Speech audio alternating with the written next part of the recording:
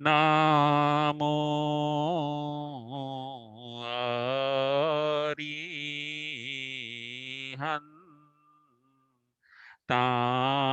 અરિહંતાણમ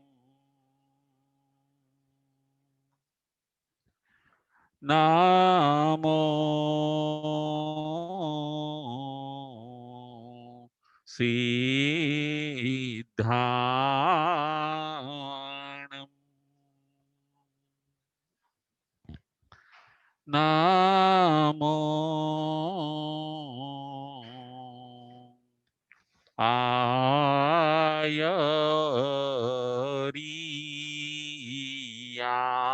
આયરિયાણમ નામો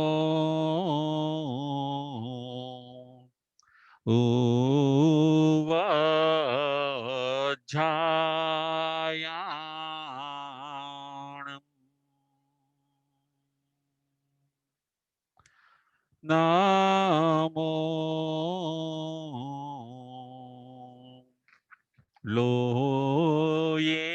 લોયે સવ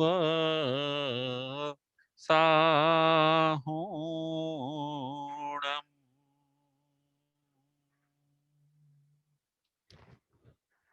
એસો પંચનામોકારો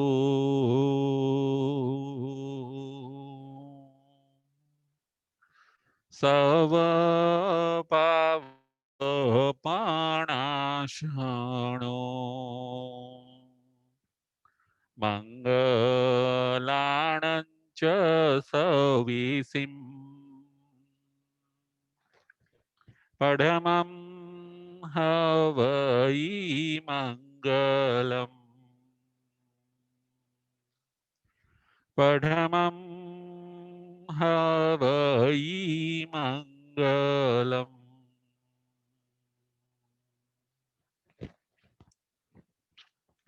સિદ્ધાણમ નમો કિચ્ચા સંજયાણમ ચ ભાવૌ સંતિ સંતિ કરેલું પત્તો ગઈ મણુત્તરમ પત્તો ગઈ મણુત્તરમ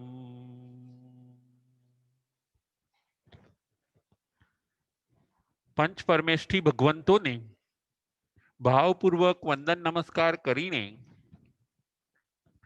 ધર્મપ્રેમી શ્રાવક શ્રાવિકાઓ ઉત્તરાધ્યયન સૂત્ર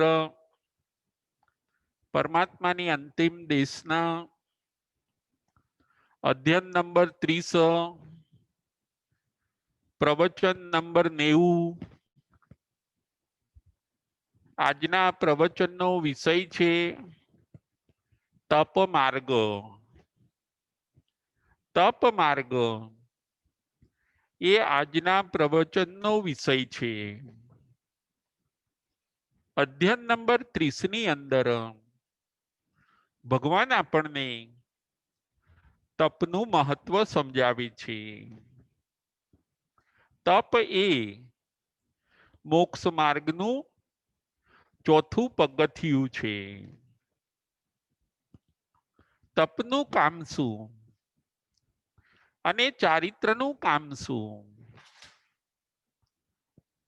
ચારિત્રનું કામ નવા આવતા કર્મને અટકાવી છે. સામાયિકની અંદર નવા આવતા કર્મ અટકે છે માટે સામાયિક એ ચારિત્ર છે. અને ઉપવાસની અંદર જૂના બાંધેલા કર્મની નિર્જરા થાય છે એટલે ઉપવાસ એ તપ છે. સામાયિક એ ચારિત્ર છે અને ઉપવાસ એ તપ છે. ચારિત્રથી કર્મ અટકે છે અને તપથી બંધાઈ ગયેલા કર્મ છૂટી જાય છે. તપ આપણને શું લાભ કરે છે? તો તપ આપણને જૂના બંધાયેલા કર્મથી છોડાવે છે. તપ આપણને બેલેન્સમાં રહેલા જૂના કર્મથી આપણને છોડાવે છે. જે કર્મએ આપણને બાંધી રાખ્યા છે, જે કર્મ આપણી સત્તામાં છે, હજી ઉદયમાં આવ્યા નથી, જે કર્મ હજી શાંત છે, જે કર્મ હજી આત્મ પ્રદેશો ઉપર રહેલા છે, એવા કર્મને તપ ખેંચીને બહાર કાઢે છે અને પછી એની નિર્જરા કરે છે. તપનું આવું સુંદર કામ છે. તપ આપણને મુક્ત કરાવે છે. તપ આપણને મુક્તિ તરફ લઈ જાય છે. જે કર્મથી આપણે બંધાયા હતા એનાથી આપણને તપ છોડાવે છે. ઉપવાસ, પોરસી, નૌકારસી, ચોવિયાર, આ બધા તપ મહાન છે. એ તપ કરવાથી આપણે ઘણા બધા કર્મની નિર્જરા કરી શકીએ છીએ. જો કોઈક વ્યક્તિ હોય, એ વ્યક્તિ દોરડાથી બંધાઈ ગયો હશે, એ વ્યક્તિને કોઈએ રસ્સીથી બાંધ્યો છે, તો એ વ્યક્તિ શું કામ કરે છે? એ વ્યક્તિ પોતે જે રસ્સીથી બંધાયેલો છે એ રસ્સીને તોડવાનો પ્રયત્ન કરે છે, રસ્સીને ઘસે છે, બંધાયેલા દોરડાને ઘસે છે, પથ્થર સાથે ઘસે છે, ભીંત સાથે ઘસે છે, રસ્સીને જીર્ણ કરે છે. એમ કરતા કરતા એ મહેનત છે તપ. એ રસ્સીને ઘસે છે, દોરડાને ઘસે છે, એ મહેનત છે તપ. અને જ્યારે એ દોરડું, એ રસ્સી તૂટી જાય છે ત્યારે બંધાયેલી વ્યક્તિ મુક્ત થઈ જાય છે. બંધાયેલી વ્યક્તિ ત્યારે મુક્ત થઈ જાય છે. અત્યાર સુધી તે વ્યક્તિ રસ્સીથી બંધાયેલી હતી, પરંતુ મહેનતથી એને રસ્સીને તોડી નાખી. આપણે પણ એમ જ કરવાનું છે. કર્મરૂપી રસ્સીથી બંધાયેલા છીએ. તપથી, તપની મહેનતથી, તપના તાપથી એ અગ્નિની મદદ લઈને કર્મરૂપી રસ્સીને પહેલા ઘસવાની છે, પછી જીર્ણ કરવાની છે, અને પછી કર્મની નિર્જરા કરીને આપણે પણ તે વ્યક્તિની જેમ મુક્ત થવાનું છે. એ વ્યક્તિ બંધાયો હોય છે રસ્સીથી. આપણે સાધક આત્માઓ કર્મથી બંધાયેલા છીએ. દોષોથી અને દુર્ગુણોથી આપણે બંધાઈ ગયા છીએ. દુર્ગુણોમાં આપણે ફસાઈ ગયા છીએ. એમાંથી બહાર નીકળવાનો એક રસ્તો છે તપ. તપ માર્ગ. આ અધ્યયનનું નામ છે તપ માર્ગ. તમે તપના માર્ગે ચાલો. તપનું કામ છે કર્મથી છોડાવવાનું. તપનું કામ છે કર્મથી છોડાવવાનું. આત્માને એ કર્મથી છોડાવે છે. કર્મથી એ મુક્ત કરાવે છે. તપનું કામ આ છે. તપ માર્ગ. તપ આપણા ત્યાં બે બતાવ્યા છે. छ बाह्य અને छ આભ્યંતર। આજે આપણે छ બાહ્ય તપ ઉપર વિચાર કરવાનો છે। પ્રથમ નંબરનું તપ છે અનશન। અનશન એટલે ઉપવાસ કરવો। પ્રથમ નંબરનું તપ છે અનશન। બીજા નંબરનું તપ છે ઉણોદરી। બીજા નંબરનું તપ છે ઉણોદરી। ત્રીજા નંબરનું તપ છે વૃત્તિ સંક્ષેપ। ત્રીજા નંબરનું તપ છે વૃત્તિ સંક્ષેપ।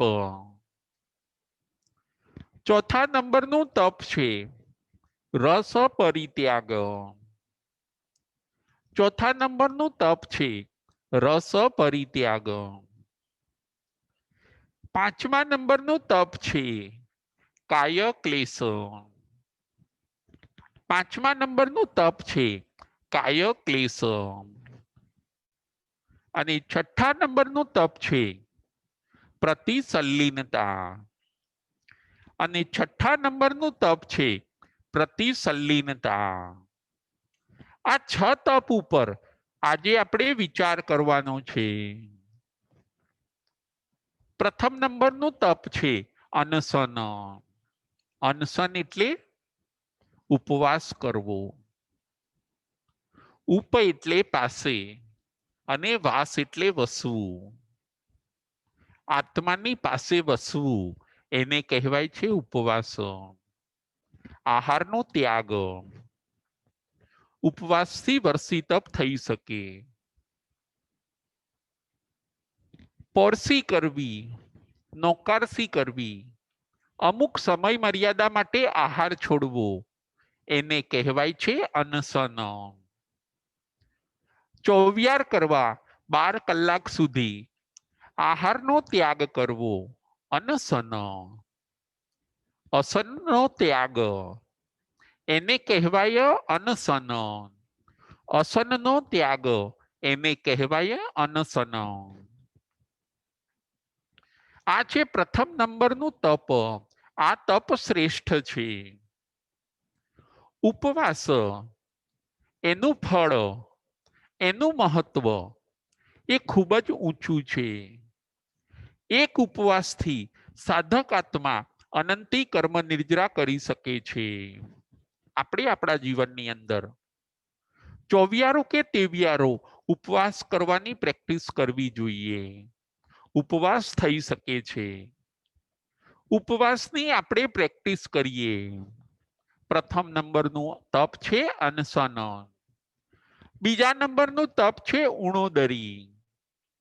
ઉણોદરી એટલે ઓછું જમવું। ભૂખ કરતા ઓછું જમવું। ભૂખ કરતા ઓછું જમવું, પેટને ઊણું રાખવું એનું નામ છે ઉણોદરી। બહુ ભરપેટ ન જમવું એ છે બીજા નંબરનું તપ ઉણોદરી। એકાસણું, બેસણું આ બધું ઉણોદરીની અંદર આવી શકે। એકાસણું કરીએ, બેસણું કરીએ, અમુક જ દ્રવ્ય વાપરીએ આ બધું છે ઉણોદરી। આ છે બીજા નંબરનું તપ। ત્રીજા નંબરનું તપ છે વૃત્તિ સંક્ષેપ। વૃત્તિનો સંક્ષેપ કરવો।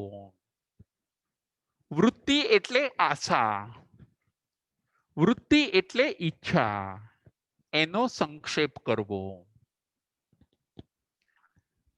ઈચ્છાઓને ઘટાડવી। આહારની જે ઈચ્છાઓ હોય એને ઘટાડવી એને કહેવાય છે વૃત્તિ સંક્ષેપ। આ તપનું નામ બીજું પણ છે ભિક્ષાચર્યા। વૃત્તિ સંક્ષેપ તપનું બીજું નામ છે ભિક્ષાચર્યા એટલે ગોચરી જવું। જો સંતો અને મહંતો આ તપ કરતા હોય છે। ભિક્ષાચર્યા એટલે ભિક્ષા માટે જવું।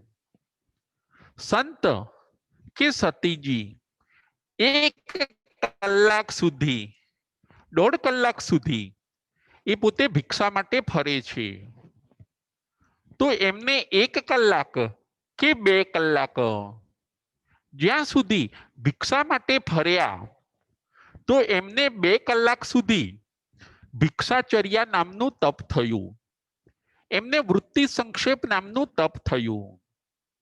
જો મુનિ ભગવંતો ભિક્ષા માટે ફરતા હોય છે, શુદ્ધ આહારની ગવેષણા કરવી એનું નામ છે વૃત્તિ સંક્ષેપ. એક ઘરેથી બીજા ઘરે જવું, એક સોસાયટીમાંથી બીજા સોસાયટીમાં જવું, શુદ્ધ એસણિક આહારની ગવેષણા કરવી, આ છે તપ. એને કહેવાય છે ભિક્ષાચર્યા, એને કહેવાય છે વૃત્તિ સંક્ષેપ. શાંતિથી સમભાવથી મુનિ ભગવંતો આ તપની આરાધના કરતા હોય છે. ઘણીવાર એવું પણ બને છે કે 5 ઘર ફરવું પડે, 15 ઘર ફરવું પડે, શરીરને કષ્ટ પડે, છતાં પણ એ પોતે અગ્લાન ભાવે ભિક્ષાચર્યા તપ કરતા હોય છે. આ છે 3જા નંબરનું તપ, વૃત્તિ સંક્ષેપ. મુનિ ભગવંતો ભિક્ષા કરીને આવું તપ કરી શકે છે. આપણે શ્રાવકો વૃત્તિ સંક્ષેપ તપ કેવી રીતે કરી શકીએ? તો કે આપણે શ્રાવકો દ્રવ્યની મર્યાદા કરીને આ વૃત્તિ સંક્ષેપ તપ આપણે કરી શકીએ છીએ. દ્રવ્યની મર્યાદા કરવી, આઈટમ ઘટાડવી.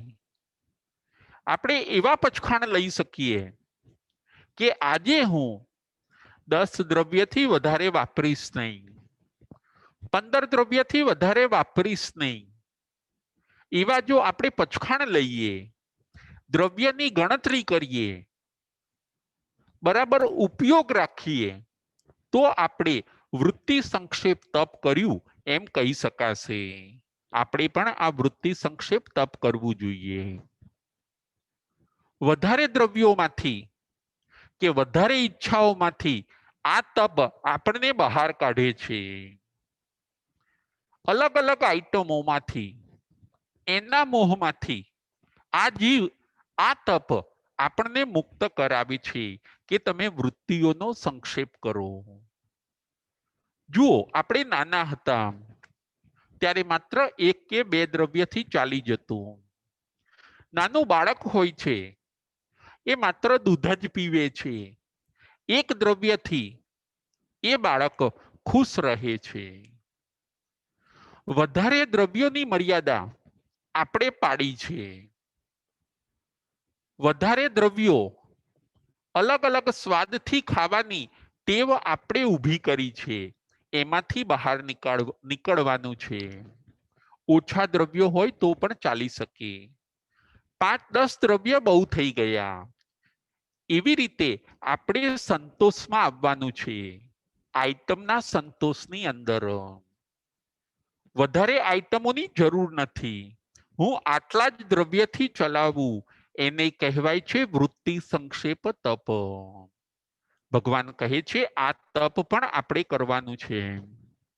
ઓછા દ્રવ્યોથી આપણે ચલાવવાનું છે. ઓછા દ્રવ્ય હશે તો આરંભ સમારંભ, રસોઈના આરંભ સમારંભ પણ ઓછા થઈ જાય છે. જેટલા દ્રવ્યો વધારે એટલો આરંભ સમારંભ પણ વધારે થાય છે, એટલા રાગ દ્વેષ પણ વધારે થાય છે. આપણે ઓછી આઈટમથી ચલાવીએ, એને કહેવાય છે વૃત્તિ સંક્ષેપ તપ. 4થા નંબરનું તપ છે રસ પરિત્યાગ. 4થા નંબરનું તપ છે રસ પરિત્યાગ. રસનો ત્યાગ કરવો. રસ એટલે ટેસ્ટ. સારા સારા ટેસ્ટનો ત્યાગ કરવો, એને કહેવાય છે રસ પરિત્યાગ. જે મળે, જેવું મળે એને શાંતિથી વાપરવું, એને કહેવાય છે રસ પરિત્યાગ તપ. રસ આપણા ત્યાં 5 રસ બતાવ્યા છે. તીખો રસ જોઈએ, મધુર રસ જોઈએ, ખાટો રસ જોઈએ. એ બધામાંથી હવે જીવે બહાર નીકળવાનું છે. 6 વિગય બતાવ્યા છે. દૂધ, દહીં, ઘી, તેલ, ગોળ અને ખાંડ. આ બધા રસવાળા પદાર્થો છે. દૂધ, દહીં, ઘી, તેલ, ગોળ અને ખાંડ. આ બધા બલિષ્ઠ પદાર્થો છે. આ બધાથી શરીરની અંદર મેદ વધે છે.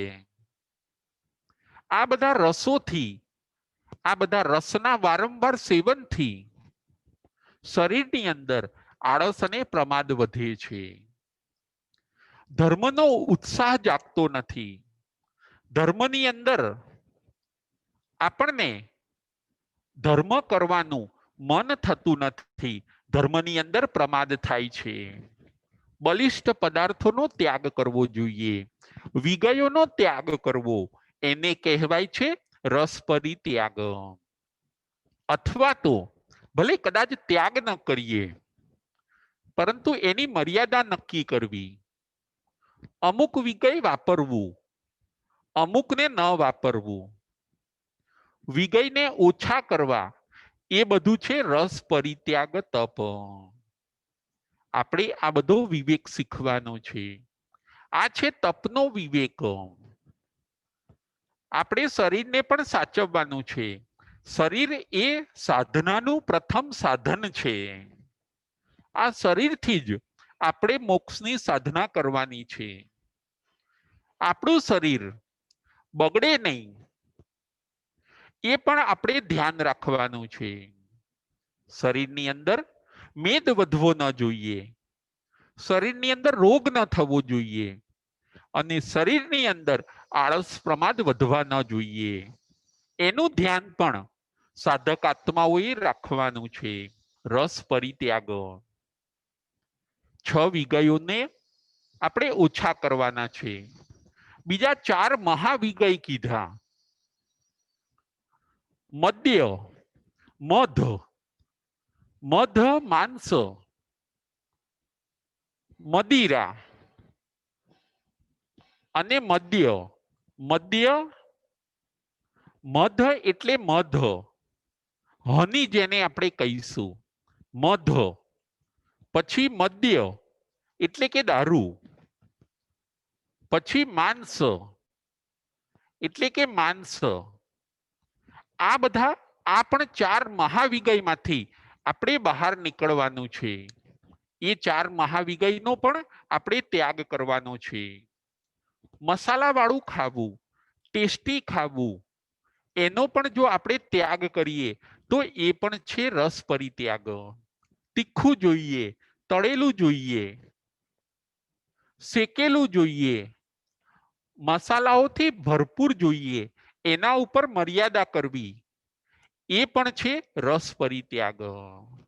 જો આ બધા મસાલા, તેલ આદિ, વધારે સોલ્ટ કે સુગર, એ પણ શરીરને નુકસાન કરતા હોય છે. એનાથી પણ આળસ અને પ્રમાદ વધતા હોય છે. એમાંથી પણ આપણે બહાર નીકળવાનું છે. રસ પરિત્યાગ નામનું તપ. ભાવતી વસ્તુને વારંવાર ખાવી, એ રસ પરિત્યાગ નથી. જો કોઈકને ચા ભાવતી હશે તો એ વારંવાર ચા પીશે. કોઈકને મસાલા જોઈએ વારંવાર, એનો રસ જોઈએ, તો એ સંબંધી એને રસ પરિત્યાગ તપ થતું નથી. આપણે રસ વિજેતા બનવાનું છે. આપણે સ્વાદ ઉપર વિજય મેળવવાનો છે. આ તપ એવું કહે છે. આપણે સ્વાદથી પરવશ બનવાનું નથી. જેને એકવાર સ્વાદની ટેવ પડી જાય છે, એ સ્વાદની ટેવ પછી જતી નથી. આપણે રસને જીતીએ. કદાચ થોડુંક મીઠું ઓછું હોય તો આપણે ચલાવી લઈએ, તો એ છે રસ પરિત્યાગ. કદાચ સુગર ઓછી હોય ચાની અંદર કે દૂધની અંદર, સુગર ઓછી હોય અને આપણે ચલાવી લઈએ તો એ છે રસ પરિત્યાગ. આવી રીતે આપણે આહાર અને આહારના વિચારોમાંથી ધીમે ધીમે બહાર નીકળી જવાનું છે. આપણું સ્વરૂપ અણહારક છે. આહારની ટેવને વધારે ઘૂંટવાની નથી. એ ટેવો ન ઘૂંટાય એટલા માટે ભગવાન આવું નાની વસ્તુ પણ આપણને કરવાનું કહે છે. જેવું મળે એવા રસથી કદાચ આપણે ચલાવી લેવું, એને કહેવાય છે રસ પરિત્યાગ નામનું તપ. આઈંબેલ કરવી એ પણ છે રસ પરિત્યાગ. જો વર્ષની અંદર 2 વાર આઈંબેલ આવે, એ પણ આપણે કરીએ વિધિ સહિત. આપણે 9 પદની આરાધના કરીએ, મોડું જમીએ અને સરસ મજાની 9 પદની આરાધના આપણે કરીએ. આપણે ઓળી પણ કરીએ, સ્વાદ ઉપર વિજય મેળવીએ. આઈંબેલ કરવાથી 6 વિગય ઉપર આપણે વિજય મેળવી શકીએ છીએ. આઈંબેલની અંદર 6 વિગય હોતા નથી. દૂધ, દહીં, ઘી, તેલ, ગોળ અને ખાંડ. આવું સરસ આઈંબેલનું તપ પણ આપણે ચૂકવું ન જોઈએ. વર્ષની અંદર 2 વાર આઈંબેલ આવે છે. એની આરાધના પણ આપણે વિધિ સહિત કરીએ અને આપણે રસને જીતીએ. આઈંબેલ કરવું એટલે રસ પરિત્યાગ નામનું તપ કરવું. તિથિઓના દિવસે પણ આપણે આઈંબેલ કરવું જોઈએ. ઘરે પણ આપણે આઈંબેલ કરી શકીએ છીએ. 2, 5, 7 દ્રવ્યથી આપણે સરસ મજાનું આઈંબેલ તપ કરી શકીએ છીએ. તપ પણ જીવે કરવું જોઈએ. તપ જો ન કરે તો પછી કર્મને ઉદયથી વિપાકથી ભોગવવા પડે છે.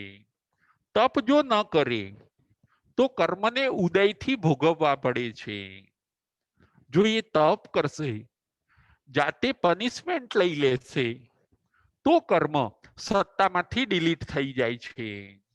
નાનું મોટું કંઈ ને કંઈ આપણે ઘરે હઈએ કે ઉપાશ્રય હઈએ, તપ તો ચાલુ જ રાખવું જોઈએ. 10 પચખાણની અંદર તમે જોડાવો. પરસી, એકાસણું, બેસણું, 1.5 પરસી, આઈંબેલ, રાત્રિ ભોજનનો ત્યાગ. આવી રીતે 10 પચખાણ જીવનની અંદર શરૂ કરવા જોઈએ. અને આ બધું આપણે સાંભળ્યા પછી આપણા જીવનની અંદર આજથી જ આપણે 10 પચખાણ ચાલુ કરીએ. કંઈ ને કંઈ આપણે નાનું મોટું તપ કરતા રહીએ. એ તપથી આપણી કર્મની બેલેન્સ શીટ ચોખ્ખી થાય છે. કચરો વોશ આઉટ થાય છે. આત્મા ક્લીન બને છે. અને તપની અગ્નિની અંદર આપણા આળસ પ્રમાદ બળીને ભસ્મીભૂત થઈ જાય છે.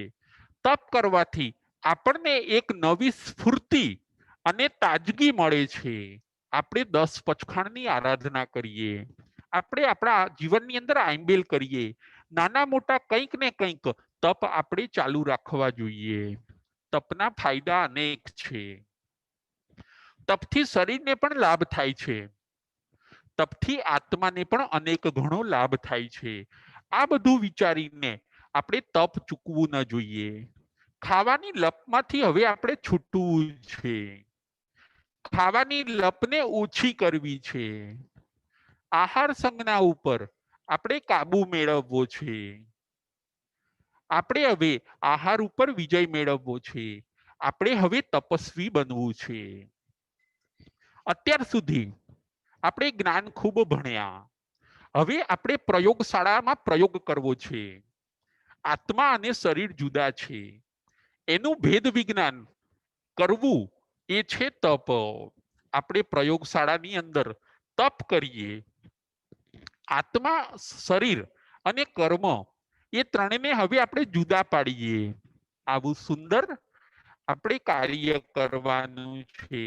આ અધ્યયનની અંદર ભગવાન પોતે પોતાના શિષ્યો અને સાધક આત્માઓને તપ કરવાની પ્રેરણા કરે છે કે તમે તપ કરો. કર્મ ઉદયમાં આવીને ધમાલ મચાવે. કર્મ ઉદયમાં આવીને તમારા હાલ બગાડી નાખે, કર્મ ઉદયમાં આવીને ધાંધલ ધમાલ મચાવે એ પહેલા જ તમે એને સત્તામાંથી ડિલીટ કરી દો. તમે તપ કરીને કર્મથી મુક્ત થઈ જાવો, તમે ક્લીન થઈ જાવો. એવું સરસ આ અધ્યયનની અંદર પરમાત્મા આપણને બતાવી છે.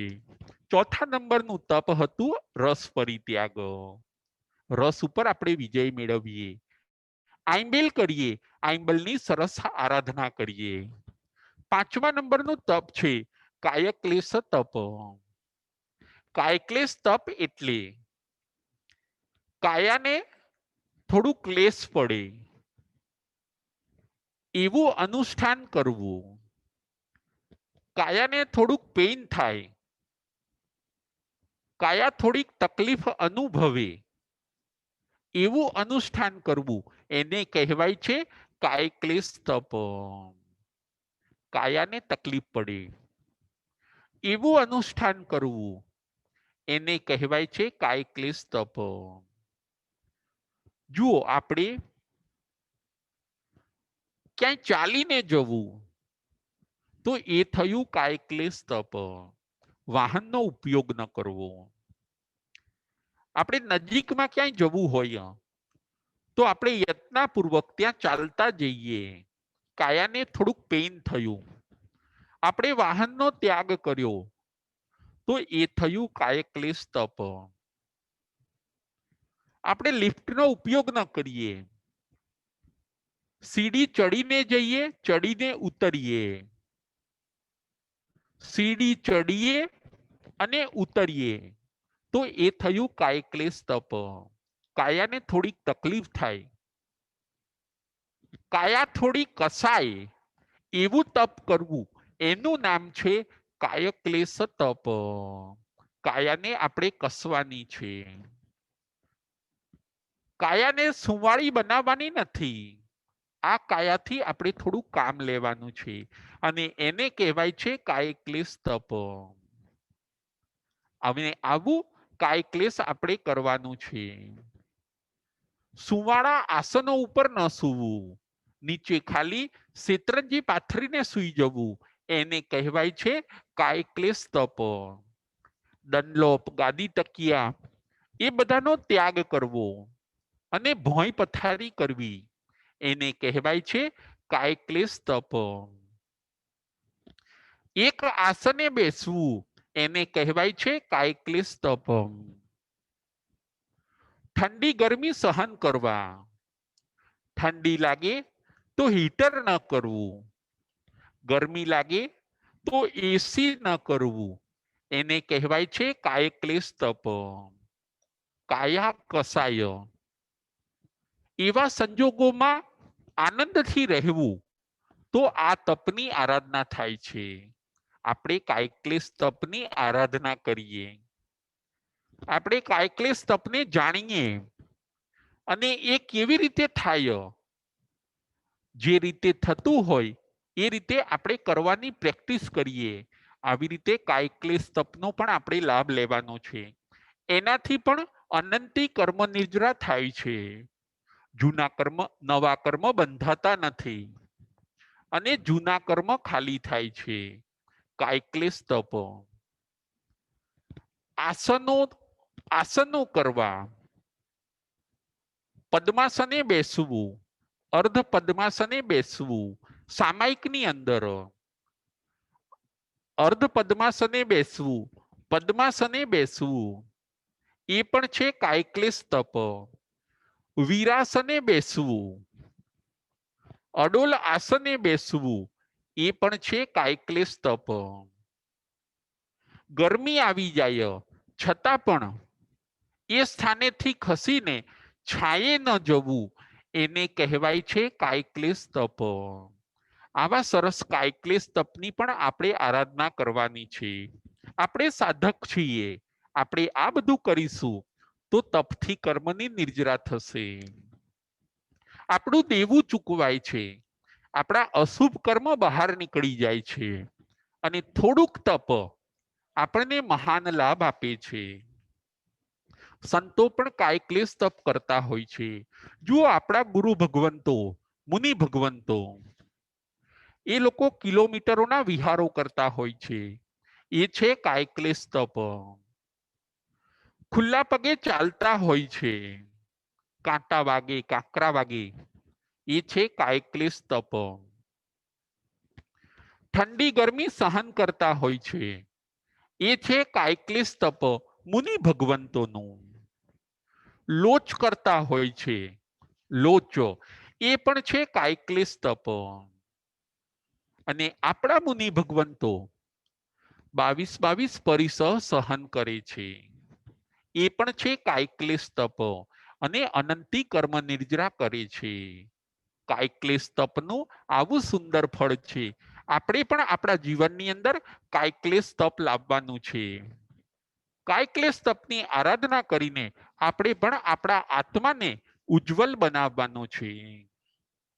જો કોઈક પિત્તળનું વાસણ હશે, એના ઉપર આંબલી ઘસવામાં આવે, એના ઉપર ખટાશ ઘસવામાં આવે, તો એ પિત્તળનું સાધન, એ તાંબાનું સાધન, એ ઝગમગાટ થઈ જાય છે.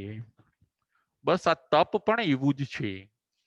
તપની અંદર એવી ખટાશ છે, તપની અંદર એવી તાકાત છે કે આપણા અશુદ્ધ પડળો ની નિર્જરા કરી દે છે. અને આત્માનું સ્વરૂપ એ ઝળહળી ઉઠે છે. આત્માનું સ્વરૂપ એ પેલા ત્રાંબાના વાસણની જેમ ઝગમગ ચમકી ઉઠે છે. તપની અંદર આવી તાકાત છે. થોડું પણ તપ એ બહુ અસરકારક હોય છે. નાના નાના તપની પણ દરેક જીવે, દરેક મેમ્બરે, દરેક સાધકે કે દરેક શિષ્યએ નાના નાના તપની પણ પ્રેક્ટિસ રાખવા જેવી છે. 5મા નંબરનું આવું તપ હતું કાયક્લેશ તપ. અને 6ઠ્ઠા નંબરનું તપ છે પ્રતિસલ્લીનતા. આ છે 6ઠ્ઠા નંબરનું તપ, પ્રતિસલ્લીનતા. પ્રતિસલ્લીનતા એટલે ઇન્દ્રિયોને ગોપવીને રાખવી. પ્રતિસલ્લીનતા એટલે ઇન્દ્રિયોને ગોપવીને રાખવી. આ પણ તપ છે. આપણી 5 ઇન્દ્રિય અને 6ઠ્ઠું મન, એને આપણે ગોપવીને રાખીએ, એને આપણે કંટ્રોલમાં રાખીએ, એ પણ છે તપ. આપણી 5 ઇન્દ્રિય અને 6ઠ્ઠું મન, એને આપણે સંયમમાં રાખીએ, એ પણ છે તપ. 6ઠ્ઠા નંબરનું તપ પ્રતિસલ્લીનતા. ઇન્દ્રિયો અને મનને અશુભમાં ન જવા દેવું, એ પ્રેક્ટિસ પાડવા જેવી છે. અશુભમાં જાય તરત આપણે પાછી ખેંચી લઈએ, તો આ થયું પ્રતિસલ્લીનતા નામનું તપ. આ પ્રેક્ટિસ પણ આપણે આપણા જીવનમાં લાવવાની છે. આંખ, નાક, કાન, જીભ અને શરીર અને 6ઠ્ઠું મન ક્યાંય અશુભમાં જાય, ક્યાંય પાપમાં જાય, બિનજરૂરી પ્રવૃત્તિ કરવા જાય, એને તરત પાછું વાળી દેવું. જો આપણા ઘરમાં નાનું બાળક હશે, એ પોતે ક્યાંય બહાર જશે, કોઈ અગ્નિ પાસે જશે, પાણીમાં જશે, તો આપણે તરત એને પાછું બોલાવી લઈએ છીએ. આપણે ત્યાં જવા દેતા નથી. જે એના કપડા બગડે એવું હોય,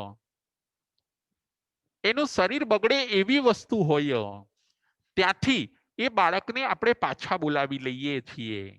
એવી જ રીતે મનને પણ અને 5 ઇન્દ્રિયોને પણ આપણે પાછી બોલાવી લેવાની છે. અને આ પણ એક સાધના છે. ઇન્દ્રિયોને પાછી બોલાવી લેવી, એને સ્થિર રાખવી, એને શાંત રાખવી અને એને સંયમમાં રાખવી, એનું નામ છે પ્રતિસલ્લીનતા તપ. 6ઠ્ઠા નંબરનું તપ. આપણે ઇન્દ્રિયોને પાછી લાવીએ, એને સ્થિર રાખીએ, એને શાંત રાખીએ, એને બહેકાવીએ નહીં, એને ભડકાવીએ નહીં, એને જ્યાં ત્યાં ફેરવીએ નહીં. આ છે પ્રતિસલ્લીનતા તપ.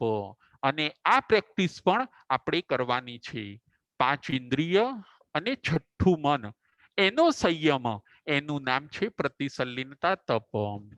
જો આ બધા તપની અંદર કાયક્લેશ તપ હોય કે પ્રતિસલ્લીનતા તપ હોય, આ તપની અંદર આહાર છોડવાનો નથી, ભોજન કે ખાવાનું છોડવાનું નથી, ખાલી ઇન્દ્રિયોને પાછી વાળવાની છે. કાયક્લેશ તપની અંદર કાયાને કસવાની છે અને પ્રતિસલ્લીનતા તપની અંદર ઇન્દ્રિયોને પાછી વાળવાની છે. ઇન્દ્રિયો આપણી બેકાબુ ન બનવી જોઈએ. ઇન્દ્રિયો જે તે બોલી કાઢે, જે તે સાંભળે, જે તે સંભળાવી દે, એવું બધું ન કરવું જોઈએ. અને આપણે જો એને વશમાં રાખીએ તો એ છે તપ. છઠ્ઠા નંબરનું તપ. રસ પરિત્યાગ તપ કરવાથી આપણે સ્વાદ ઉપર વિજય મેળવી શકીએ છીએ. કાયક્લેશ તપ કરવાથી આપણે કષ્ટ સહિષ્ણુ બની શકીએ છીએ. આપણી સહન શક્તિ વધે છે.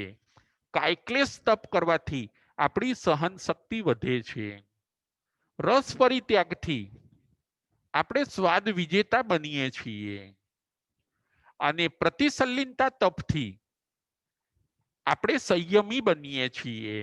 પ્રતિસલ્લીનતા તપથી આપણે સંયમી બનીએ છીએ. તપના આવા સરસ લાભ છે.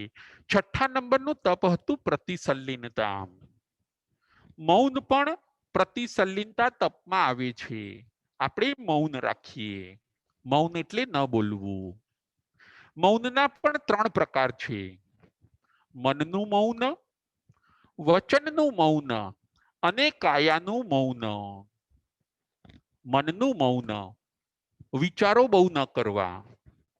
વચનનું મૌન, વચનો બહુ ન બોલવા, બિનજરૂરી ન બોલવા, એ છે વચનનું મૌન. અને કાયાનું મૌન, કાયાને સ્થિર રાખવી, કાયાની ચંચળતા ટાળવી, કાયાને જ્યાં ત્યાં ન ફેરવવી, એ છે કાયાનું મૌન. 3 મૌનની આપણે આરાધના કરીએ તો આપણને પ્રતિસલ્લીનતા તપનો લાભ મળે છે. મનનું મૌન, વચનનું મૌન અને કાયાનું મૌન. આ છે છઠ્ઠા નંબરનું તપ, પ્રતિસલ્લીનતા. આપણે દરેક તપને સમજવાના છે, સાંભળવાના છે અને જીવનની અંદર ઉતારવાના છે. તપ એ દવાનું કામ કરે છે. જેમ દવા હોય મેડિસિન, એ મેડિસિન આપણે લઈએ અને પછી રોગ જતો રહે છે. આપણો જે રોગ હતો એ દવાથી જતો રહે છે. આપણે રોગ મુક્ત બનીએ છીએ. બસ એવું જ કામ છે આ તપનું. તપ પણ દવા છે. તપ પણ મેડિસિન છે. આત્માને અને શરીરને નિરોગી બનાવે છે તપ.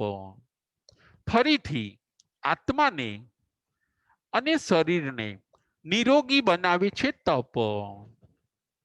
આત્માને અને શરીરને તંદુરસ્ત બનાવે છે તપ. બીમારીઓ બધી ભગાડે છે આ તપ. જો દવા આપણે લઈશું, બીમારી ભાગી જાય છે. એવી જ રીતે સમ્યક તપની આરાધના કરવાથી, આત્મલક્ષપૂર્વક તપની આરાધના કરવાથી આપણી જે બીમારીઓ ખરી, આપણી જે કુટેવો ખરી, એ બધી ભાગી જાય છે. તપ એક દવા છે. તપ એ મેડિસિન છે. દરેક આત્માએ તપની આરાધના કરવી જોઈએ. દરેક આત્માએ સમ્યક તપની આરાધના કરવી જોઈએ. આવું સુંદર તપ આપણે આત્મલક્ષે કરવું જોઈએ. આત્માને ચોખ્ખો કરવા માટે, આત્માને ક્લીન કરવા માટે, આત્માની સુખ અને શાંતિ વધે એટલા માટે આપણે સમ્યક તપની આરાધના કરવી જોઈએ. આજે આપણે 6 પ્રકારના બાહ્ય તપ એના ઉપર વિચાર કર્યો છે. પ્રથમ નંબરનું તપ છે અનશન. બીજા નંબરનું તપ છે ઉણોદરી. ત્રીજા નંબરનું તપ છે વૃત્તિ સંક્ષેપ. ચોથા નંબરનું તપ છે રસ પરિત્યાગ. પાંચમા નંબરનું તપ છે કાયક્લેશ. છઠ્ઠા નંબરનું તપ છે પ્રતિસલ્લીનતા. અનશન એટલે ઉપવાસ કરવો. ઉણોદરી એટલે ઓછું જમવું. વૃત્તિ સંક્ષેપ એટલે દ્રવ્યોની મર્યાદા કરવી. રસ પરિત્યાગ એટલે ટેસ્ટને જીતવા. કાય ક્લેશ એટલે કાયાને કસવી. અને પ્રતિસલ્લીનતા એટલે ઇન્દ્રિયોને ગોપવવી. આવી રીતે 6 તપના સરસ મજાના લાભ આપણને ભગવાન બતાવે છે. આત્માને અને શરીરને તપ ખૂબ લાભ કરે છે. આવું સરસ આ 30મા અધ્યાયની અંદર ભગવાન આપણને બતાવે છે. તપ આપણે પણ કરવાનું છે. નાનું મોટું કંઈક ને કંઈક તપ આપણે ચાલુ રાખવાનું છે. તપના સરસ ફાયદા છે. ચારિત્ર અને તપ. ચારિત્ર આવતા કર્મ અટકાવે છે. તપ આપણને જૂના કર્મથી છોડાવે છે. તપ આપણને મુક્ત કરાવે છે. તપ એ દવા છે. એ આપણને બીમારીથી મુક્ત કરાવે છે. આવા બધા સરસ લાભ જોઈને આપણે તપ છોડવાનું નથી, પરંતુ તપને પકડી રાખવાનું છે. નાના મોટા કંઈક ને કંઈક 10 પચખાણની આરાધનાઓ કરીને આપણે સરસ મજાનું આપણા જીવનની અંદર તપ ચાલુ રાખવાનું છે. ઉત્તરાધ્યાન સૂત્રની અંદર પરમાત્મા આવા સુંદર ભાવ બતાવે છે. જે આત્માઓ આ સાંભળશે, સમજશે અને પોતાના જીવનની અંદર ઉતારશે, એ ચોક્કસ પોતાના આત્માનું કલ્યાણ કરશે. આપણે પણ આ સાંભળવાનું છે, સમજવાનું છે, જીવનની અંદર ઉતારીને આપણા આત્માનું કલ્યાણ કરીને આપણે પણ આગળ વધવાનું છે. બોલો મહાવીર સ્વામી ભગવાન કી જય. જય જીનેન્દ્ર.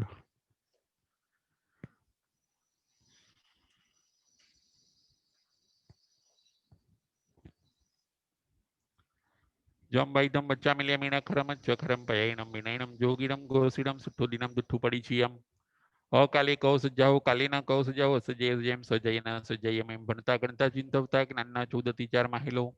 કોઈ પણ વિચાર મને કે તમને લાગ્યો હોય તો હરિયંતનંદ સિદ્ધ કેવડી ભગવાન આપની સાક્ષી એ તસ્મે ઈચ્છામિ દુક્કડમ.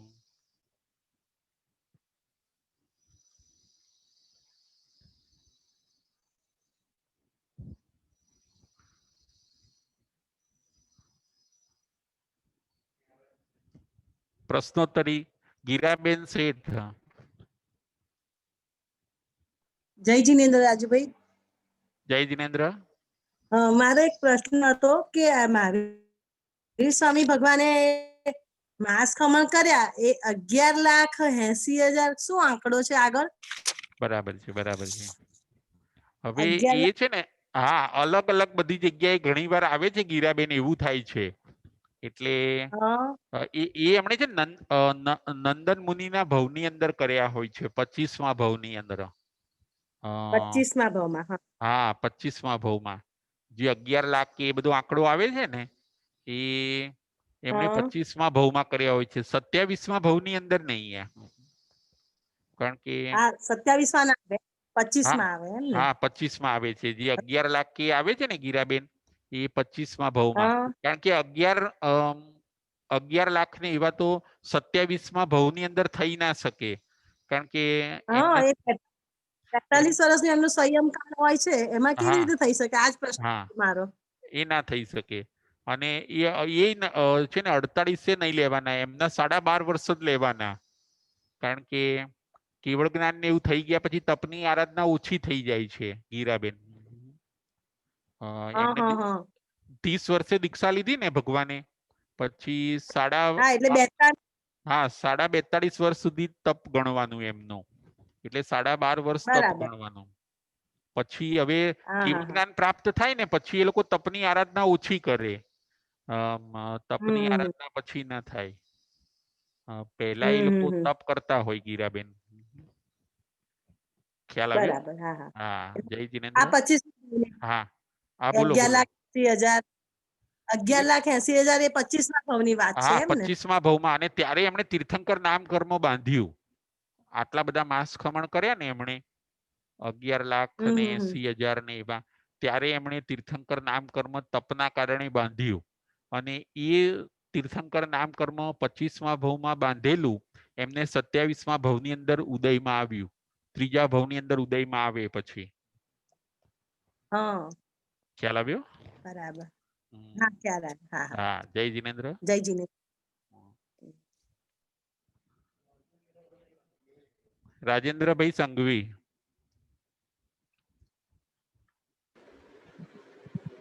જય જીનેન્દ્ર રાજભાઈ સાતામાં. હા, જય જીનેન્દ્ર. હવે આપણે 4 મહાવિકય કીધી ને એમાં મધ્ય માસ અને મદિરા ને ચોથું કયું?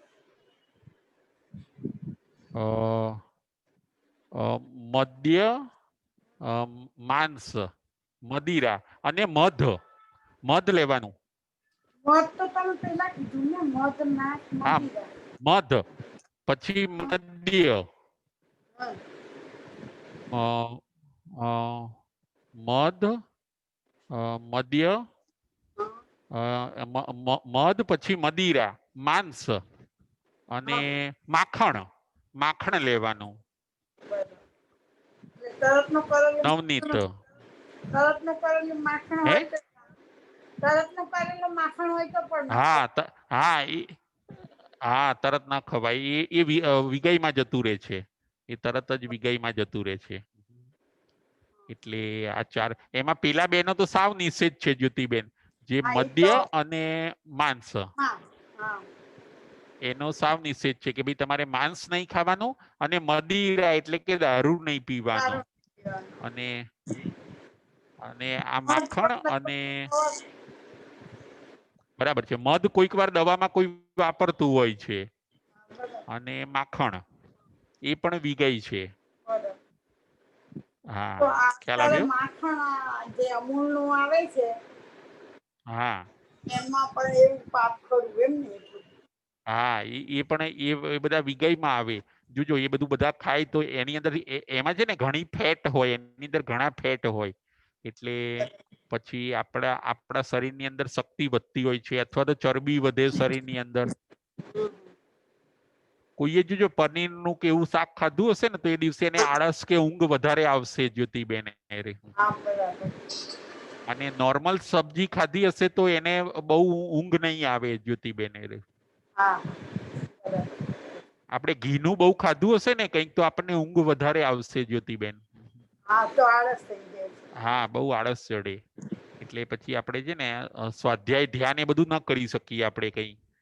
હા વિગાયોથી પછી વિગાયો આપણને કોઈ તપ કે ધર્મ અનુષ્ઠાન કરવા નથી દેતા. જો આપણે બહુ વિગાયો વાપરીએ ને હા તો મીઠાઈ બહુ વાપરીએ કે એવું બધું તો પછી આપણને કોઈ ધર્મ અનુષ્ઠાન કરવા નહીં દે, સામાયિક કે પ્રતિક્રમણ, કે આપણને આળસ થયા કરશે. બરાબર. એટલે એમાં મર્યાદા કરવાનું આપણને બતાવે છે.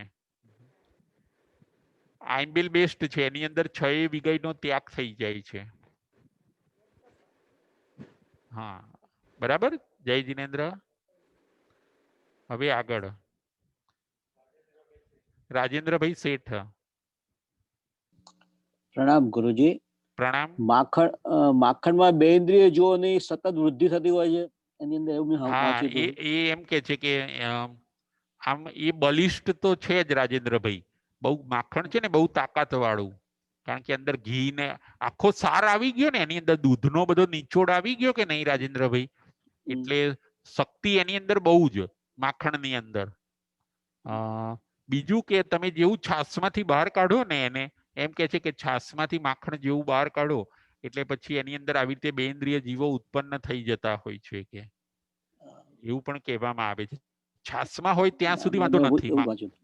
હા, હા એ પછી મરી જતા હોય અને એની ઉત્પત્તિ એના એ જ કલરમાં ઉત્પન્ન થતા હોય છે હા, વારંવાર વારંવાર એની થતા અંદર. હોય છે, આપણને હા, ખ્યાલ ના આવે. એટલે એનું મહાન ત્યાગ કરવાનું કીધું. હા, બે એટલે ઇન્દ્રિય જીવો દેરાવાસી, હા, હા દેરાવાસીમાં એ માખણને અભક્ષ્ય ગણ્યું છે. અભક્ષ જ ગણાય એ દેરાવાસીની લોકો. અંદર હા, એ અભક્ષ્ય ગણ્યું છે.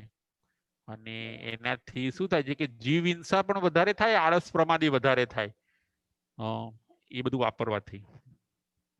જોજો ચીઝ પનીરનો હવે બધો ઉપયોગ થયો રાજેન્દ્રભાઈ. અત્યાર સુધી બધો ઉપયોગ ઓછો હતો ચીઝ એ તો પનીરનો આપણે ને. રેડીમેડ મળતું થઈ ગયું ને એટલા હિસાબે હા, હવે આપણી આળસ બધું શું વધી ફેક્ટરી. ગઈ. હા, એટલે હવે બધું પહેલા બહુ તો ક્યારેક ઘી વાપરતા, એ પણ પ્રસંગોમાં જ આપણા ત્યાં ઘી, મીઠાઈઓ પ્રસંગોમાં વપરાતી રાજેન્દ્રભાઈ. બારે પ્રસંગો માસ વપરાતી. હા બરાબર છે. બારે માસ ન મળતી. કોઈના ત્યાં પ્રસંગ હોય ત્યારે આપણને ઘી દૂધનું ને એ બધું જમવાનું મળતું. સુગર કે એ બધું અને વધારે ત્યારે પ્રસંગ તહેવારમાં કે પ્રસંગોમાં જ સુખડિયાના ઘરે બોલાવીને કરાવતા હતા લગ્નોમાં. હા મને યાદ કરાવતા છે. હતા. હા અને અત્યારે શું થઈ ગયું, હવે આ બધી વસ્તુઓ બારે માસ બજારમાં મળતી તૈયાર થઈ ના ગઈ. લાવો, પણ ઘેર બનાવવા એટલે તાજી બનાવો અને જલ્દી જલ્દી વપરાઈ જાય એમ. એટલે બહારથી હા તૈયાર ના લાવો. હા અત્યારે શું થયું કે તેલનું ફરસાણ અને સ્વીટ બધું તૈયાર મળે છે ને, એટલે પછી બધું બધાને વાપરવું બહુ ઈઝી થઈ ગયું રાજેન્દ્રભાઈ. અને સામે શરીરનું કામ એવું રહ્યું નહીં, એટલે શરીરની અંદર મેદ વધી જાય છે. પછી કઈ એટલે કામ ન રોગનું કરે ઘર થઈ ગયું, બીજું શું. હા પછી શરીર રોગનું ઘર થાય છે. એટલે ભગવાન એમ કે છે કે તમારું શરીરે બગડશે અને તમારાથી ધર્મ આરાધના નહીં થાય. એટલે તમે આ બધું તપ કરો કે તમે એનાથી શરીર સારું રહેશે. કે જાણવા મળે છે ને રાજેન્દ્રભાઈ, બરાબર બધું જાણવા મળે છે ને. જીવ હિંસા વધે, વેદને કર્મ વધે આપણું. હા વધે વધે, બરાબર છે. હા, બહુ ખ્યાલ સરસ આવે જાણવા છે મળે ને. છે. આવું તો અમારે મોટો ઉપયોગ સદુપયોગ થઈ હા જાય છે આ ટાઈમનો. હા, હા બરાબર બહુ છે. સરસ ખ્યાલ આવે. ના બહુ સરસ. તપ પણ મિસ કરવા જેવું નથી. ભગવાન એમ કે છે કે તમે જ્ઞાન તો બહુ લીધું, હવે તમે તપ લો. કે આ મેડિસિન છે કે અને તમારી બીમારીઓ ભગાડી દેશે બરાબર. કે બધી. તપ તો આપણી બીમારી દૂર કરી દે, શરીરને પણ તંદુરસ્ત રાખે છે ને આત્માને પણ તંદુરસ્ત ખાવાથી રોગ રાખે વધે છે. ને. હા નાનું બરાબર. મોટું તપ આપણે આપણા જીવનમાં ચાલુ રાખવું જોઈએ. હવે આગળ જય જિનેન્દ્ર. બકુલાબેન શાહ. હેલો. હા જય જિનેન્દ્ર. જય જિનેન્દ્ર. સાતામાં ગુરુજી. હા સાતામાં સાતામાં. બોલો બોલો. કાયક્લેસ થી આપણી સહનશક્તિ વધે, રસ હા પરિત્યાગથી રસ વિજેતા બનાય, તો પ્રતિસંલનતાથી પ્રતિસંલનથી છે ને આપણે સંયમી બનીએ છીએ જ્યોતિબેન. અરે બકુલાબેન, આપણે સંયમી બનીએ. બરોબર પાંચ ઇન્દ્રિય અને છઠ્ઠા મન ઉપર આપણે વિજય મેળવીએ. બરોબર અને અને જો સંયમીને એક લાભ શું થાય છે બકુલાબેન, કે વિચારો ઓછા આવશે. બરોબર. એ પણ તમે લખી લેજો. સંયમીને છે હા ને વિચારો ઓછા આવે. હા હા આપણે જો જ્યાં ત્યાં બધું ઇન્દ્રિયોને જવા દઈશું ને, તો પછી વિચારો બહુ આવશે. હા કાનથી કઈ સાંભળીએ પાછા એના વિચારો કરીશું, આંખથી કઈ હા જોઈએ તો એના વિચારો કરીશું. હા બરોબર પરંતુ જો આપણે ઇન્દ્રિયોને સંયમમાં રાખી હશે તો વિચાર ઓછા આવશે, એટલે મનને પણ આરામ મળે છે. બરોબર. હા પાંચ ઇન્દ્રિયો ઓછી ફરતી હશે તો મનને આરામ મળશે. હા નહીતર મન ખ્યાલ આવે? ભટકશે ચારે બાજુ. હા હા બરાબર છે. નહીં તો પછી જો પછી છે ને આંખ એને મનને કંઈક જુદા સમાચાર આપશે, પછી કાન હા સાંભળીને પાછું મનને બીજા વિચારો, હા નાક સ્મેલ લઈ લઈને મન સુધી પહોંચાડશે. એટલે મને બકુલાબેન, નવરું જ નહીં થવા દે. હા આ પાંચ ઇન્દ્રિયો છે ને મનને નવરી નથી થવા દેતી. ભાઈ જો કઈ સુગંધ આવે છે, કઈ બનતું લાગે હા છે, નાક તરત હા મનને વિચારો આપશે. હા પછી જીભમાં થોડું ચાખીને તરત આપણે જીભને આપ કરીશું ને, પછી કે આ તો બહુ સારું છે, કે હવે તમે ખાઈ લો. મનને હા પાછો એ રીતે સમજાવશે. પછી હા મન કે સારું હું થોડુંક વધારે ખાઈ લઉં. કે હા એટલે પછી જ્યોતિબેન આવું છે, પાંચ ઇન્દ્રિયો મનને નવરા પડવા દેતી નથી. હા એટલે છે ને કે તમે પાંચે ઇન્દ્રિયો ઉપર ભગવાન કે છે તમે ઇન્દ્રિય પ્રતિસલ્લીનતા તપ કરો. કે તમે બરોબર. એટલે આ બધું આવું સરસ જાણવાનું ને શીખવાનું છે હા બકુલાબેન. પછી હા 3 મૌન બતાવ્યા મન હા પ્રતિસલ્લીનતા મનનું તપની અંદર. મૌન, મનનું મૌન, મનનું મૌન, વચનનું વચનનું મૌન, કાયાનું અને મૌન. કાયાનું મૌન. હમ ખ્યાલ આવ્યો ને? હમ હા બરાબર હા છે. અને બરાબર. તપ એ મેડિસિન છે, દવા છે બકુલાબેન. હા મેં દવા એ છે. કીધું આજના પ્રવચન કે આપણે 10 પચખાણ જીવનની અંદર તમે ચાલુ રાખો. કે 10 કરવા પચખાણ, જોઈએ. હા એની આરાધના ચાલુ કરવી જોઈએ. ચાલુ જ કરીએ.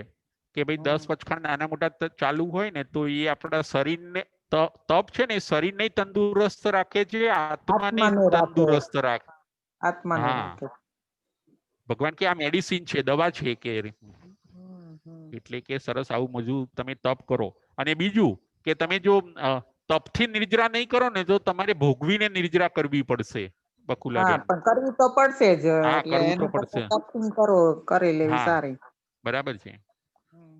કે તમે તપથી કરી લો, નહીં તો પછી કર્મ ઉદયમાં આવે ને બકુલાબેન, હા ત્યારે પછી ભોગવવાના જ છે. ત્યારે ભોગવવા પડશે કે તમારે કે હા કોઈ મારી પાસે પૈસા માંગતું હોય એને હું સામેથી આપી શકું છું હા બકુલાબેન, અને હા એ પછી માનો કે મારી પાસે કોઈને લઈને આવે ને મારા ઘરે ધમાલ કરીને લઈ જઈ શકે છે બકુલાબેન. બરોબર. હા તો એના કરતા સામેથી આપી દેવું સારું. સારું, એટલે ભગવાન કહે છે કે તમારે તપનું કામ તમને છોડાવવાનું છે કે હા અંદર જે આત્મામાં જે કર્મો છે ને એનાથી તમને છોડાવે છે કે છોડાવે છે. બરોબર. મુક્ત કરાવે છે કે હમ. એટલે કે આ તમે પેલા કરો કે જેને તમને બાંધી રાખ્યા છે એનાથી છૂટી જાઓ. બરોબર. આજે હા મેં સૌ પહેલા રસ્સીનું દ્રષ્ટાંત આપ્યું. સૌ હા પહેલા જેમ ભક્તિનું. કે હા રસ્સીથી કોઈ માણસ બંધાઈ ગયો હશે ને બંધાઈ છૂટવાનો ગયો પ્રયત્ન તો કરશે. છૂટવા પ્રયત્ન કરશે. આ પથ્થર હારે ઘસશે ને હા ભીત હારે ઘસશે ને ગમે તેમ કરીને છૂટવાનો પ્રયત્ન હા કરશે. બકુલાબેન, ભૂતકાળમાં છે ને આપણો આત્મા બીજા ભવની અંદર અજ્ઞાનપણે હમ. આપણે છે ને જાણતા અજાણતા ઘણા કર્મો બાંધેલા છે આપણે. હા હા ત્યારે તો સમજણ હશે કે નહીં હશે ખબર હા નથી. અત્યારે સમજણ આવી છે. કે છે ત્યારે કે તો બાંધા જ હશે. હા આપણે કે માછીમારના ભવે કે અમુક આ ભવે કે મેં આવા હા આવા કર્મ કર્યા હોય માનો કે, અને એ બધા કર્મ છે ને આપણા આત્મા ઉપર ચોંટેલા છે. હા અને બરોબર એ ભૂતકાળના કર્મોની નિર્જરા આવી રીતે તપથી જ થશે. બરોબર. ભગવાન મહાવીર સ્વામીને 12.5 વર્ષ તપ કરવું પડ્યું હોય છે સળંગ એ હા રીતનું. હમ. ભગવાન એમને મહાવીર સ્વામી 1,80,645 માસ ખમણ કર્યા ને. હા પેલા એમણે 25મા ભવમાં એ કર્યું, હમ. અને પછી તીર્થંકરના ભવની અંદર 12.5 વર્ષ એમને મહેનત કરવી પડી યાર. હા હમ. અને એ એમને કર્મ પાછા એ બાકી તપે હતા ને. હા, અને એ તપ પણ કેવું બકુલાબેન કે કૌશક સાથેના ધ્યાન હા સાથેના ધ્યાન સાથેના. ઉભા એવું નહીં કે સુતા સુતા ઉપવાસ કર્યો બકુલાબેન. ના ના ના ઉભા ઉભા. ઉભા ક્યાંય ઝાડ નીચે ભગવાન ઉભા રહે, ક્યાંય જૂનું મકાન હોય ત્યાં ઉભા રહે. અને કૌશક અને ઉપવાસ ઘણી કર્મ આવું નિદ્રા. આવું સતત 12.5 વર્ષ એમણે ચાલુ રાખ્યું બકુલાબેન. હમ. પછી સત્તામાંથી બધા કર્મ ડિલીટ થઈ ગયા બકુલાબેન. અને ભગવાન બરોબર મહાવીર સ્વામીને કેવળ જ્ઞાન કેવળ દર્શનની પ્રાપ્તિ થઈ. જો 12.5 વર્ષ તપ ન કર્યું તો હજી એ કર્મ 5-15 ભવ ચાલે એટલા હતા બકુલાબેન. બરોબર. હજી હા હા એક પણ એ બધા એમણે ચૂકવી દીધા માનો કે. ચૂકી દીધા. બરોબર. હા તપ કરી નહીં કરીને તો બધું ચૂકવાઈ ગયું. હા ચૂકવાઈ ગયું બકુલાબેન. ખ્યાલ આવ્યો? હા એટલે આપણે હા પણ આપણા જીવનની અંદર સરસ મજાના આવી રીતે 10 પચખાણ કરીને તપ નાનું મોટું ચાલુ હમ રાખવાનું છે. હમ. ખ્યાલ આવ્યો? બરોબર. જય જીન હા હા જય જિનેન્દ્ર. જય જીનેન્દ્ર, જય મહાવીર. જય મહાવીર.